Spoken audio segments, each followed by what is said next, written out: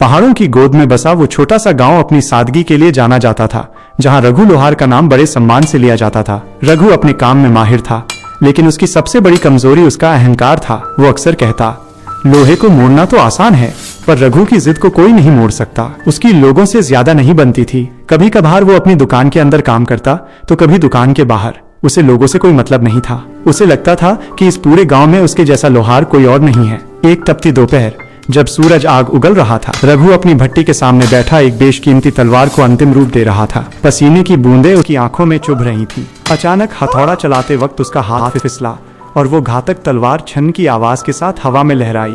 अगले ही पल एक तीखी चीख सन्नाटे को चीर गई। रघु का चेहरा खून से लथपथ था। उसकी अपनी बनाई तलवार ने उसकी नाक का एक हिस्सा अलग कर दिया था। वो कराहता हुआ नाक पर रुमाल रखकर हैरान परेशान खड़ा रहा। दर्द से ज्यादा उसे अपनी इज्जत की फिक्र सताने लगी। वह मन ही मन बुदबुदाया, अगर लोगों ने जान लिया कि रघु लोहार अपनी ही चोट का शिकार हो गया, तो मेरी साख मिट्टी में मिल जाएगी। लोग मुझ पर हंसेंगे। उस रात रघु सो नहीं पाया। शर्मिंदगी के डर ने उसे एक ऐसी चालाकी सुझाई जो पूरे गांव की तकदीर बदलने वाली थी। अगली सुबह जब गांव के लोग चौपाल पर जमा हुए, तो रघु वहां पहुंचा। उसका चेहरा सफेद कपड़े से ढका था। जब उसने धीरे से कपड़ा हटाया, तो लोग सन्न रह गए। रघु भाई, ये क्या अनर्थ हो गया? एक बुजुर्ग ने कांपती आवाज में पूछा। रघु ने अपनी आंखों में एक नकली चमक पैदा की और बेहद गंभीर होकर बोला, ये घाव नहीं है, ये तो परमात्मा का पुरस्कार है। कल रात साक्षात एक दिव्य फरिश्ता मेरे सामने उतरा। उसने कहा कि अगर मैं सांसारिक मोह त्याग कर अपनी नाक की कुर्बानी दूं, तो वो मुझे स्वर्ग के दर्शन कराएगा। जैसे ही मैंने ये किया, मुझे वो रोशनी दिखी जिसे शब्दों में बयान नहीं किया जा सकता। मेरा दिल अब एक अजीब से सुकून में है। लोग हैरत में थे। रघु की बातों में इतना आत्मविश्वास था कि किसी ने शक करने की हिम्मत ही नहीं की। भीड़ में खड़ा गोपाल स्वभाव से बहुत सीधा और थोड़ा लालची था। उसने सोचा, अगर एक साधारण लोहार को फरिश्ता दिख सकता है, तो मैं क्यों पीछे रहूं? गोपाल घर गया और बंद कमरे में उसने वही खौफनाक कदम उठाया। जब चाकू उसकी नाक से टकराया, तो वो दर्द से बिलबिला उठा। उसे कोई फरिश्ता नहीं दिखा, सिवाय अपनी मूर्खता के।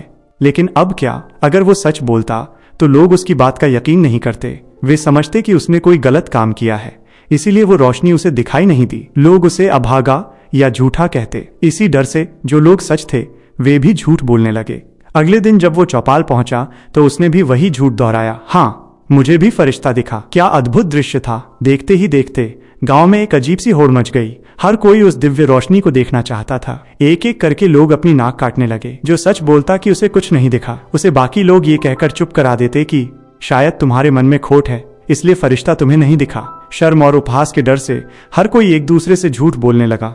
कुछ ही हफ्तों में वो खूबसूरत गांव नाककटों का गांव बन गया। लोग एक दूसरे को देखते और अंदर ही अंदर अपनी बेवकूफी पर रोते, लेकिन बाहर निकलते ही अपनी कटी नाक को त्याग का प्रतीक बताकर गर्व से चलते। झूठ इतना गहरा हो गया था कि सच्चाई बताने वाला अब उस गांव में अजीब माना जाने लगा। रघु लोहार की एक छोटी सी शर्मिंदगी ने पूरे समाज को एक ऐसे अंधे कुएं में धकेल दिया था, जहां से वापसी मुमकिन नहीं थी।